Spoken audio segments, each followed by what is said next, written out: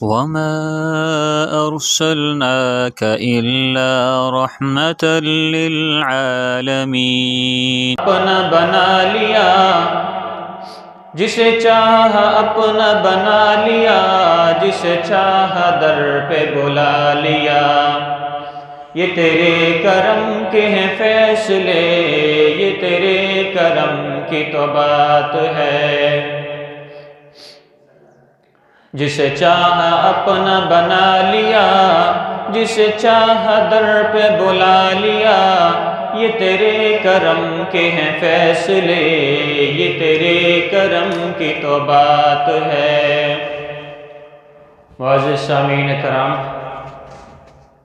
اللہ رب العزت کے حضور دعا ہے کہ اللہ تعالیٰ جو الفاظ میری زبان سے ادا کروائیں، حق اور سچ ادا کروائیں، اور مجھے اور آپ کو اس پر عمل کرنے کی توفیق عطا فرمائیں۔ سامعین کرام، جیسا کہ آپ جانتے ہیں کہ اس وقت ہمارے معاشرے میں ہر بڑے چھوٹے نوجوان ضعیف کی زبان پر صرف ایک ہی جملہ سننے کو ملتا ہے کہ ووٹ آ رہے ہیں، کس شخص کو ووٹ کرنا چاہیے۔ اتنے لوگ جو اقتدار کی لڑائی میں کھڑے ہوئے ہیں، ان سب میں ووٹ کا اصل حقدار کون ہے؟ ابھی گزشتہ شب ایک شخص نے سوال کیا کہ قاری صاحب، کسی شخص نے مجھ سے یہ کہا ہے کہ ووٹ دو اور جنت کا ٹکٹ لو، کیا اس بات میں کوئی حقیقت ہے کہ ووٹ دے کر جنت کا ٹکٹ حاصل کیا جا سکتا ہے؟ یہ بات حقیقت ہے کہ ووٹ دے کر جنت کا ٹکٹ حاصل کیا جا سکتا ہے۔ ووٹ میرے اور آپ کے زندگی کی باتیں نہیں ہیں، بلکہ یہ ووٹنگ کا سلسلہ آپ صلی اللہ علیہ وسلم کے سیاست کے بعد سب سے پہلا جو ووٹ ڈلا وہ سیدنا صدیق اکبر رضی اللہ تعالیٰ عنہ کے حق میں آیا۔ اس وقت محمد الرسول اللہ صلی اللہ علیہ وسلم جب مرض الموت میں تھے، آپ صلی اللہ علیہ وسلم نے سیدنا صدیق اکبر رضی اللہ تعالیٰ عنہ سے فرمایا کہ ابو بکر، میں نماز نہیں پڑھا سکتا، میں مصلی امامت پر کھڑا نہیں ہو سکتا، نماز پڑھانے کی میرے اندر سکت نہیں، مصلی امامت پر کھڑے ہونے کی طاقت نہیں، اللہ کے سامنے کھڑا ہو کر اتنے لوگوں کا بوجھ اپنے سر پر لینے کی ہمت اب مجھ میں نہیں، لہٰذا ابو بکر جا مسجد نبوی کے مصلی کو سنبھال، وہاں جا امامت کروا۔ اور جب حضرت سیدنا ابو بکر صدیق رضی اللہ تعالیٰ عنہ مصلی امامت پر آئے، نماز کا وقت ہوا، صفیں سیدھی ہوئی، آپ صلی اللہ علیہ وسلم مسجد نبوی میں تشریف لائے۔ جیسے ہی مسجد نبوی میں آپ صلی اللہ علیہ وسلم کے چہرہ انور کو دیکھا تو فوراً ہی مصلی رسول سے اتر گئے کہ محمد الرسول اللہ صلی اللہ علیہ وسلم امام الانبیاء علیہ السلام خود تشریف لے آئے۔ اب جب امام الانبیاء آ گئے تو مصلی پر ابو بکر کا حق نہیں ہو سکتا، لہٰذا ابو بکر نے مصلی کو چھوڑ دیا اور محمد الرسول اللہ صلی اللہ علیہ وسلم کو محمد الرسول اللہ صلی اللہ علیہ وسلم سے فرمایا کہ آپ آئیے اور اپنے مصلی کو سنبھالیے، امامت کروائیے، ہم آپ کی اقتداء میں نماز پڑھیں۔ جیسے ہی پیچھے ہٹے، آپ صلی اللہ علیہ وسلم نے دیکھا کہ ابو بکر نے مصلی امامت کو چھوڑ دیا، تو آپ صلی اللہ علیہ وسلم نے فرمایا کہ ابو بکر اپنی جگہ پر، اپنے مقام پر، اپنے مصلی پر کھڑے رہو، اب یہاں پر تیرے علاوہ کوئی دوسرا نہیں آ سکتا۔ سیدنا ابو بکر صدیق رضی اللہ تعالیٰ عنہ کو خلافت نہیں عطا کی گئی تھی، سیاست کا اقتدار نہیں دیا گیا تھا، صرف مسلح امامت دیا گیا تھا کہ امامت کروائیں، نہ کہ سیاست کا حکم ہوا تھا، نہ ہی خلافت کا حکم ہوا تھا۔ وہ سیاست، وہ خلافت صرف اور صرف اس وقت تک محمد الرسول اللہ صلی اللہ علیہ وسلم کے ہاتھ میں تھی۔ مسلح امامت سیدنا ابو بکر صدیق رضی اللہ تعالیٰ عنہ کے ہاتھ میں دیا گیا۔ اب جب محمد الرسول اللہ صلی اللہ علیہ وسلم اس جہان فانی سے رحلت فرما گئے، جب اس جہان کو چھوڑ دیا، رخصت ہو گئے، انتقال ہو گیا آپ صلی اللہ علیہ وسلم کا، تو اس کے بعد پھر ووٹ ڈالے گئے۔ 4 لوگ تھے جنہیں اقتدار میں اپنا خلیفہ بنایا جا سکتا تھا۔ اس وقت حجاز مقدس میں ووٹنگ ہوئی کہ ابو بکر کو خلافت دی جائے، عمر کو دی جائے، عثمان کو دی جائے یا علی کو دی جائے، کس کو خلافت دینی چاہیے۔ جب ووٹنگ ہوئی تو زیادہ لوگ ابو بکر صدیق رضی اللہ تعالیٰ عنہ کی طرف انہوں نے رخ کیا کہ خلیفہ بلا فصل ہیں، آپ صلی اللہ علیہ وسلم کے ساتھ رہنے والے ہیں، آپ صلی اللہ علیہ وسلم کی عادات سے واقف ہیں، آپ صلی اللہ علیہ وسلم کی تربیت سب سے زیادہ انہی میں پائی جاتی ہے، آپ صلی اللہ علیہ وسلم کا اخلاق سب سے زیادہ انہی میں پایا جاتا ہے۔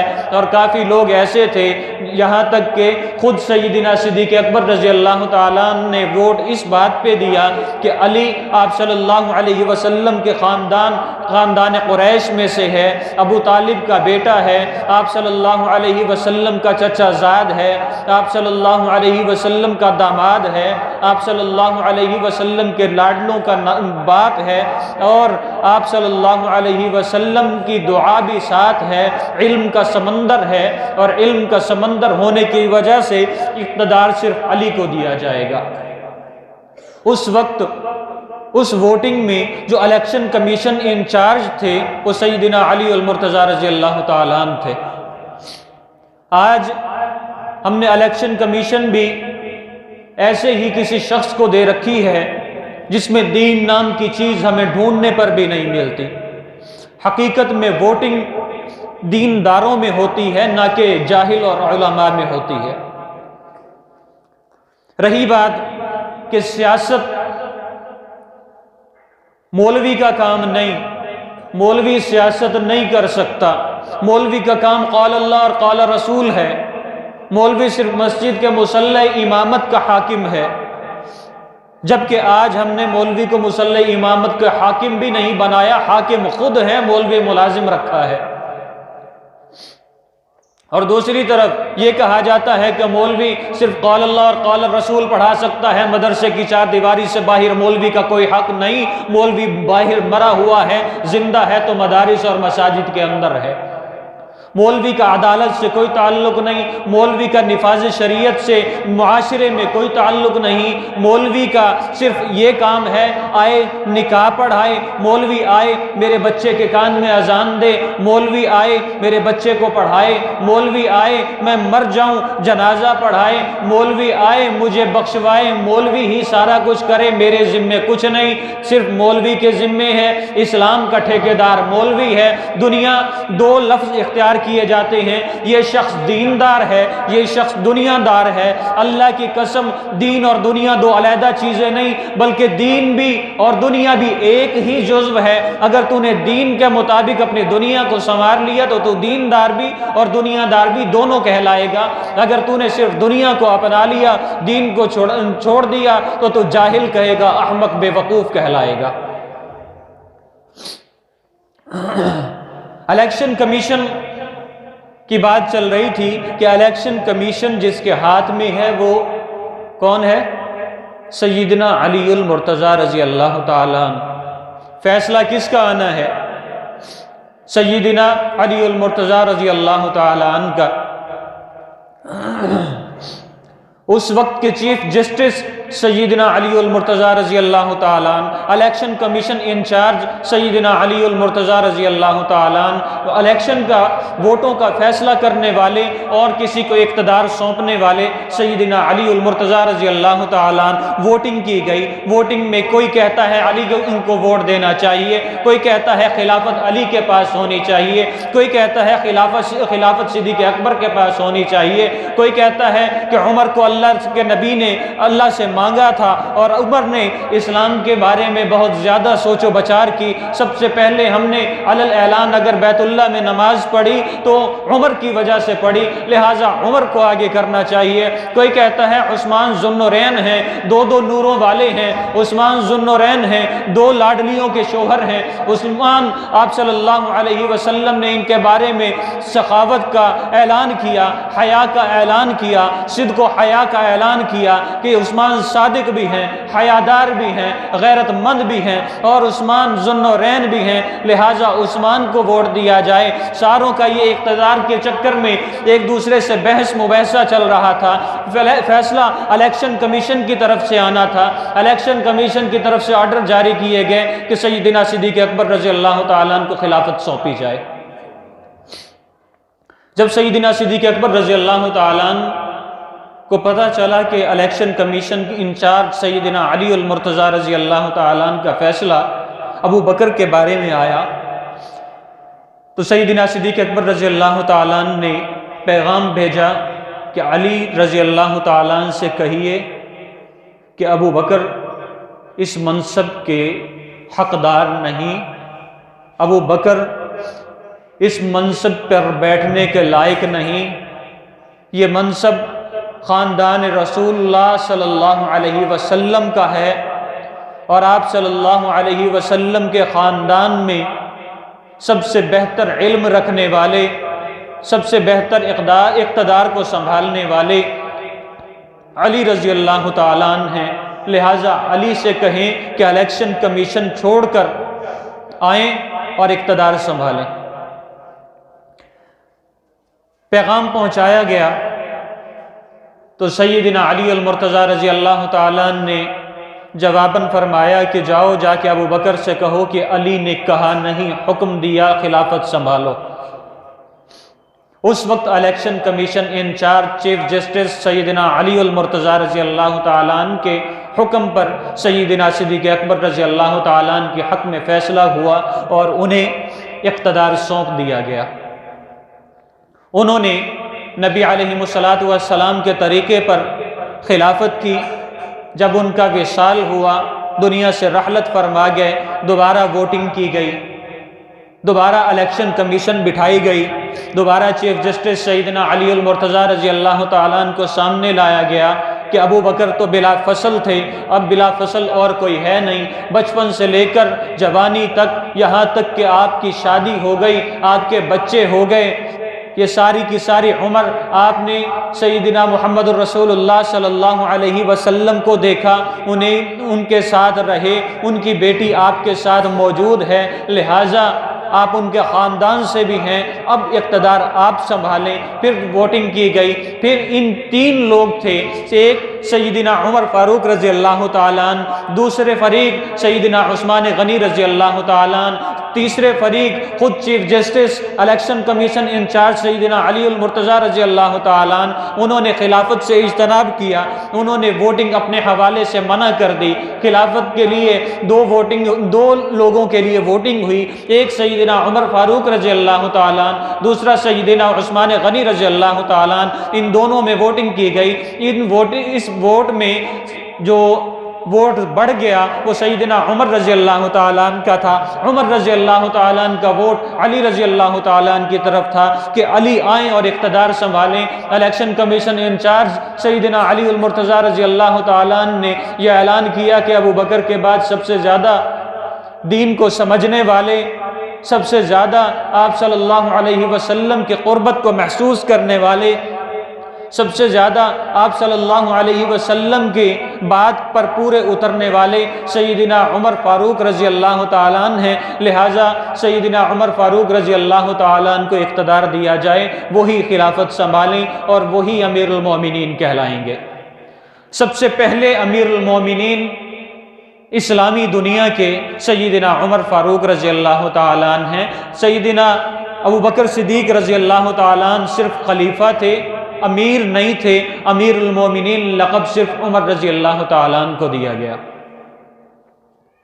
اس وقت جو ووٹ ہوئے وہ سیدنا الیکشن کمیشن کے فیصلے کے مطابق سیدنا عمر فاروق رضی اللہ تعالیٰ عنہ کو منبر خلافت اور منبر رسول مصلی امامت سیدنا ابو بکر صدیق رضی اللہ تعالیٰ عنہ کے بعد سونپ دی گئی۔ اب بات آتی ہے کہ یہ فیصلہ کس کا ہے، تو یہ فیصلہ بھی سیدنا علی المرتضیٰ رضی اللہ تعالیٰ عنہ کا ہے۔ سیدنا عمر فاروق رضی اللہ تعالیٰ عنہ کی شہادت کے بعد دوبارہ الیکشن کمیشن کی طرف سے آرڈر جاری کیے گئے کہ دوبارہ ووٹ کیے جائیں۔ اب فریقین میں صرف دو شخص باقی بچے تھے جو خلافت راشدہ کو آگے بڑھا سکتے تھے، ایک سیدنا عثمان غنی رضی اللہ تعالیٰ عنہ اور دوسرے سیدنا علی المرتضیٰ رضی اللہ تعالیٰ عنہ۔ الیکشن کمیشن انچارج بھی وہی ہیں، چیف جسٹس بھی وہی ہیں۔ اب خلافت کے لیے دوبارہ ووٹنگ ہوئی کہ ان دو میں سے کس کو چنا جائے۔ اب جب ان دو میں سے چنا گیا تو الیکشن کمیشن کا فیصلہ یہ آیا کہ ووٹ سب سے زیادہ عثمان رضی اللہ تعالیٰ عنہ کے ہیں،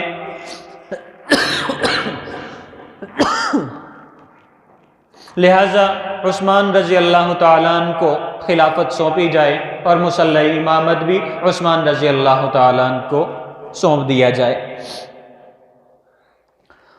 اور سیدنا عثمان رضی اللہ تعالیٰ عنہ کو خلافت سونپ دی گئی۔ امیر المومنین دوم سیدنا عثمان غنی رضی اللہ تعالیٰ عنہ بنے اور خلیفہ سوم سیدنا عثمان غنی رضی اللہ تعالیٰ عنہ بنے۔ جب انہیں شہید کر دیا گیا تو اس کے بعد الیکشن کمیشن نے یہ فیصلہ کیا کہ اب خلافت میں خود سنبھالوں گا۔ الیکشن کمیشن انچارج سیدنا علی المرتضیٰ رضی اللہ تعالیٰ عنہ نے یہ فیصلہ کیا کہ اب خلافت میرے ہاتھ میں ہوگی، میں خود ہی اس خلافت کو آگے بڑھاؤں گا۔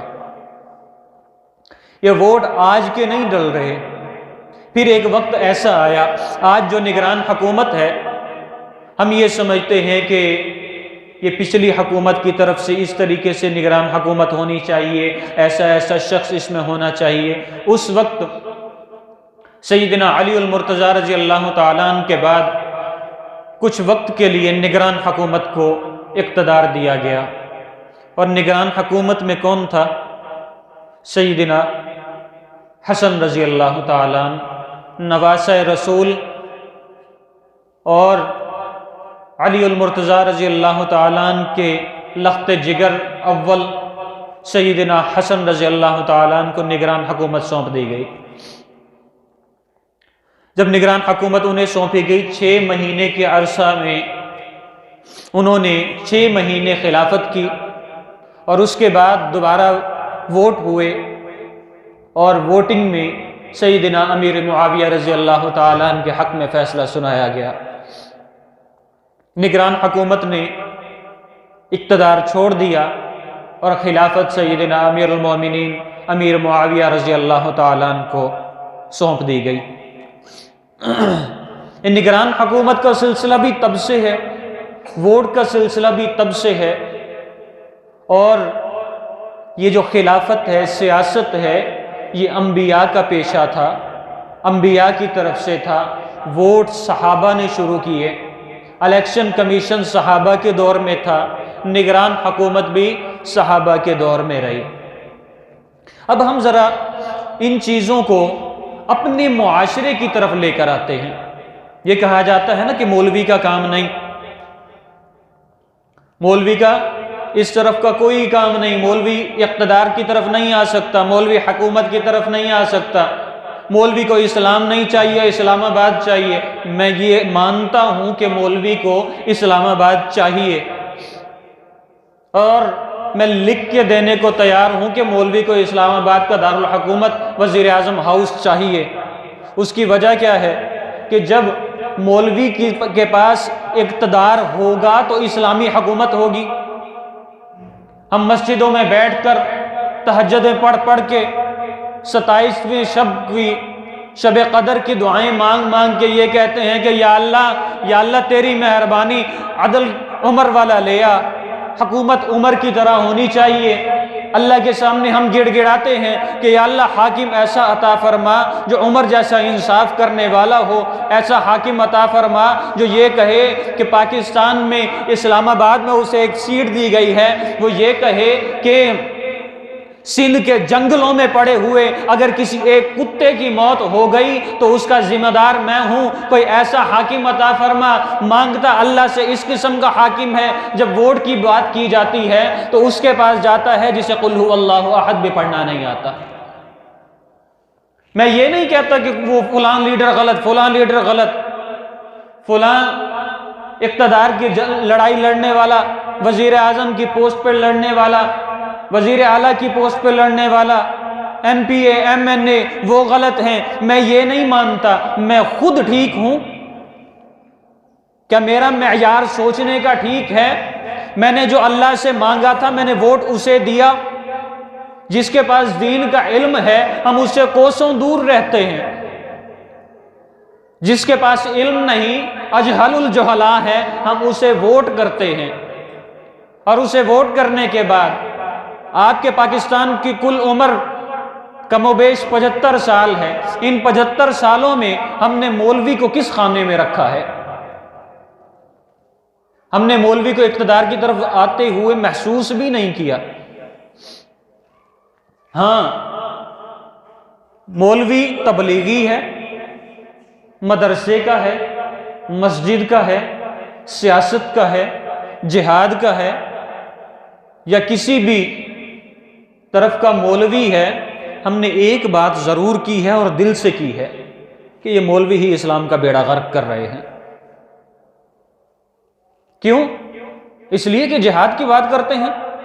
کس نے کہا جہاد فرض ہے؟ اٹھا قرآن پاک دیکھ، 518 آیتیں کم و بیش صرف جہاد کے موضوع پر ہیں۔ کہا جاتا ہے کہ مولوی کی سیاست کہاں سے آئی؟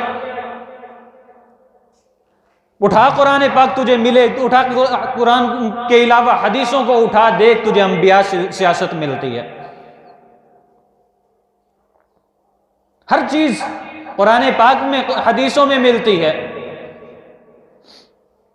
ہم یہ کہتے ہیں، بڑے فخر سے کہتے ہیں، العلماء ورثۃ الانبیاء، انبیاء کی وراثت صرف علماء کے پاس ہے۔ تو نے کہاں دی اسے وراثت؟ تو خود اس پہ ناگ بن کر بیٹھ گیا۔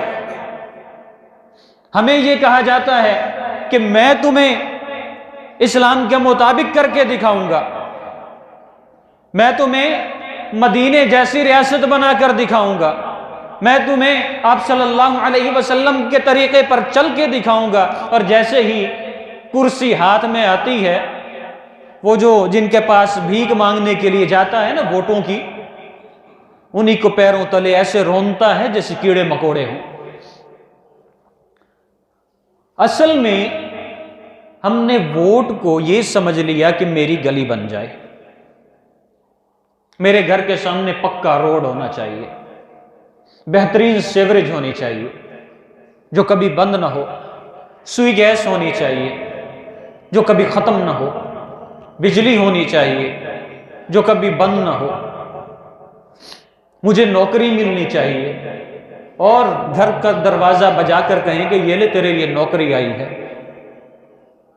ہم یہ چاہتے ہیں کہ ہم اسے ووٹ کریں جو ہمیں بریانی کا ڈبہ اور 5,000 روپیہ ایک ووٹ کے بدلے میں دے۔ تم 5,000 لیتے جاؤ، ووٹ دیتے جاؤ، پھر دیکھنا وہ آپ لوگوں سے ہی، اسی معاشرے سے ہی وہ 5,000 کا منافع لیں گے اور لاکھوں میں لیں گے۔ میں سرکاری، نیم سرکاری نوکریوں کے لیے بڑا بھاگ دوڑ میں نے کی۔ آپ یقین کریں کہ 6 لاکھ میں ایک نوکری ملتی ہے اور اس کی تنخواہ 30-35 ہزار ہوتی ہے۔ بھرا کتنا؟ 6 لاکھ روپیہ، اور تنخواہ کتنی؟ 30-35 ہزار۔ مثال کے طور پہ میں کسی ہاسپٹل میں جاب کے لیے اپلائی کرتا ہوں، 6 لاکھ 7 لاکھ کہ جو بھی اس عہدے کا ریٹ ہے وہ میں اسے دیتا ہوں اور نوکری حاصل کرتا ہوں۔ ایمانداری کے ساتھ بتائیے گا کہ اس کے بعد کیا میں ایمانداری کے ساتھ وہاں کام کروں گا؟ میں نے وہ 6 لاکھ بھی تو نکالنے ہیں، وہ پھر میری 30 سالہ زندگی کی نوکری ہے، 40 سالہ زندگی کی نوکری ہے، جتنی ہے میں 6 لاکھ نہیں نکالوں گا، میں لائنیں لگا دوں گا 6 لاکھوں کی۔ اور یاد رکھیں کہ کوئی بھی کام جو اپنے فائدے کے لیے کسی سرکاری ملازم کے ہاتھ پر رشوت رکھ کر کیا جائے تو اس کے لیے حکم کیا ہے؟ آپ صلی اللہ علیہ وسلم کا فرمان ہے، قال رسول اللہ صلی اللہ علیہ وسلم الراشی والمرتشی کلاہما فی النار، رشوت دینے والا رشوت لینے والا دونوں آگ میں ہیں، ایک آگ میں نہیں، دونوں، جس نے دیا اور جس نے لیا دونوں آگ میں ہیں۔ آپ صلی اللہ علیہ وسلم کا یہ حکم، اس کی خلاف ورزی کی، جب اس کی خلاف ورزی کی الراشی والمرتشی کلاہما فی النار کی، تو پھر ہوا کیا؟ میری پہلی آمدنی، میری پہلی تنخواہ حرام ہوئی۔ کیوں؟ نبی علیہ السلام کا طریقہ چھوڑا۔ زندگی بھر گھستے رہو اپنے آپ کو، مگر آمدنی ساری کی ساری حرام کی ہوگی۔ کیوں؟ میں نے آغاز ہی حرام سے کیا ہے۔ ایک چھوٹی سی مثال دیتا ہوں میں۔ ایک جگہ مسجد میں عصر کی نماز ہو رہی تھی اور مسجد کے باہر میدان تھا، وہاں پر بچے کھیل رہے تھے، بچے کھیل رہے تھے، اور وہ جس چیز کے ساتھ کھیل رہے تھے، بال کہہ لیں، وہ بال مسجد کے اندر چلی گئی۔ سارے بچے پریشان ہو گئے کہ اب مسجد میں بال چلی گئی، اندر سے لے کے کون آئی؟ اتنے میں ایک بچہ دوڑتا ہوا آیا، اس نے پوچھا کیا بات ہے، کیوں پریشان مسجد کے باہر کھڑے ہو؟ کہنے لگے کہ ایسے ایسے ہم کھیل رہے تھے اور بال مسجد کے اندر چلی گئی۔ اس بچے نے کہا پھر لے آؤ۔ کہنے لگے کہ نہیں، ہمیں ڈر لگتا ہے کہ مسجد کے اندر سے جا کے، اب نماز ہو رہی ہے، مسجد کے اندر سے جا کے بال لے کر آئیں۔ اس نے کہا یہ بھی کوئی بات ہے؟ اندر گیا، نماز ہو چکی تھی، امام صاحب رخ مشرق کی طرف کر کے بیٹھے تھے، اور جیسے ہی وہ بچہ اندر گیا وہ لینے کے لیے، بال لینے کے لیے، بال لے کر وہ واپس گیا، اسی مسجد میں پہلی صف میں اس بچے کا والد بھی موجود تھا۔ امام صاحب کہنے لگے کہ یہ بچہ حرامی ہے، یہ بچہ حرامی ہے۔ وہ شخص بڑا پریشان ہوا، امام صاحب سے پوچھنے کی ہمت نہ ہوئی، اور سوچنے لگا کہ میری بیوی تو نیک پارسا ہے، کبھی اس کی نماز قضا نہیں ہوئی، کبھی کوئی عمل رہا نہیں، کبھی قرآن کی تلاوت سے وہ باز نہیں آئی، کبھی ایسا نہیں ہوا کہ میرے حکم کی خلاف ورزی اس نے کی ہو، کسی دوسرے کے پاس جا نہیں سکتی، امام صاحب کی بات بھی غلط ہو نہیں سکتی۔ یہی سوچتا ہوا گھر کی طرف گیا، گھر پہنچا تو کیا دیکھتا ہے، بیوی نماز میں مشغول ہے۔ بیوی جیسے ہی فارغ ہوئی، اس نے بیوی سے سارا ماجرا بتایا، تو بیوی نے کہا کہ امام صاحب نے سچ فرمایا، تیرا بچہ حرامی ہے۔ وہ کہنے لگا کہ کیسے حرامی ہے؟ میں نے کبھی تجھے کسی دوسرے کے پاس جاتا نہیں دیکھا، گھر سے باہر قدم رکھتے نہیں دیکھا، بغیر پردے کے تو نکلتی نہیں، کسی نے آج تک کسی نامحرم نے تجھے دیکھا نہیں، یہ حرامی کیسے؟ تو اس عورت نے جواب دیا کہ یہ حرامی اس طرح ہے کہ جب یہ 4 ماہ کا میرے پیٹ میں تھا، میں قضائے حاجت کے لیے بیت الخلاء میں گئی، واش روم میں گئی، وہاں سے جب واپس لوٹی، سردیوں کی رات تھی، مجھے سردی بہت زیادہ لگنے لگ گئی، میرا جسم کپ کپانے لگا، گھر میں ایندھن نہیں تھا، لکڑیاں نہیں تھی کہ میں جلاؤں اور اپنے جسم کو سینکوں، پڑوس کی لکڑیاں اس طرف جھکی ہوئی تھی میرے گھر کی طرف، میں نے وہاں سے لکڑیاں کھینچی، بغیر اجازت کے چوری کی، چوری کر کے لکڑیاں جلائیں اور اس سے اپنے جسم کو سینکا، یہ بھی میرے پیٹ میں تھا، اس وجہ سے اس پر اس دھوئیں کا اثر پڑا، امام صاحب نے اس وجہ سے کہا کہ یہ بچہ حرامی ہے۔ ابھی بچہ پیٹ میں ہے اور امام صاحب نے کیا کہا؟ یہ بچہ حرامی ہے، کہ اسے وہ حرام کا دھواں لگ چکا تھا اسے سینکنے کے لیے۔ اور آج ہم کیا کرتے ہیں؟ اپنی آمدنی میں اضافہ کرنے کے لیے حرام راستہ اختیار کرتے ہیں، نہیں دیکھتے کہ یہ طریقہ صحیح ہے یا غلط ہے۔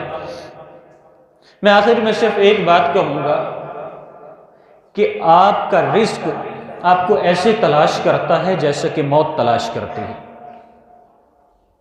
اب دنیا کے کسی بھی کونے میں چلے جائیں، آپ کا رزق آپ کی تلاش میں آپ کے پیچھے آئے گا۔ جو آپ کے نصیب کا ہے وہ ہٹ نہیں سکتا، مٹ نہیں سکتا۔ انسان جلد باز ہے کہ وہ حرام راستہ اختیار کرنا شروع کر دیتا ہے۔ حقیقت یہ ہے کہ جسے اللہ جب چاہے جتنا چاہے اس نے اس کے نصیب کا اتنا ہی دینا ہے، بھلے وہ حلال طریقے سے ہو حرام طریقے سے ہو۔ اس لیے اپنی آمدنی کو اپنے بچے کے خریدے گئے نوالے کو حرام نہ بناؤ جلدی کے چکر میں۔ ملنا وہی ہے جو نصیب میں ہے۔ لاکھوں روپیہ خرچ کر کے بھی بعض اوقات کچھ نہیں حاصل ہوتا، اور بعض اوقات ایک روپیہ بھی نہیں لگتا، اللہ بے تحاشا دے دیتا ہے۔ مجھے یہ یقین ہے کہ جتنے حضرات یہاں پہ موجود ہیں انہوں نے ایسی کئی کیفیات دیکھی ہوں گی، اور حرام بھی نہیں ہوتا، حلال کا ہوتا ہے۔ یہ جو بزرگ حضرات بیٹھے ہیں انہوں نے تو ضرور دیکھا ہوگا، اگر نوجوان نے نہیں دیکھا تو۔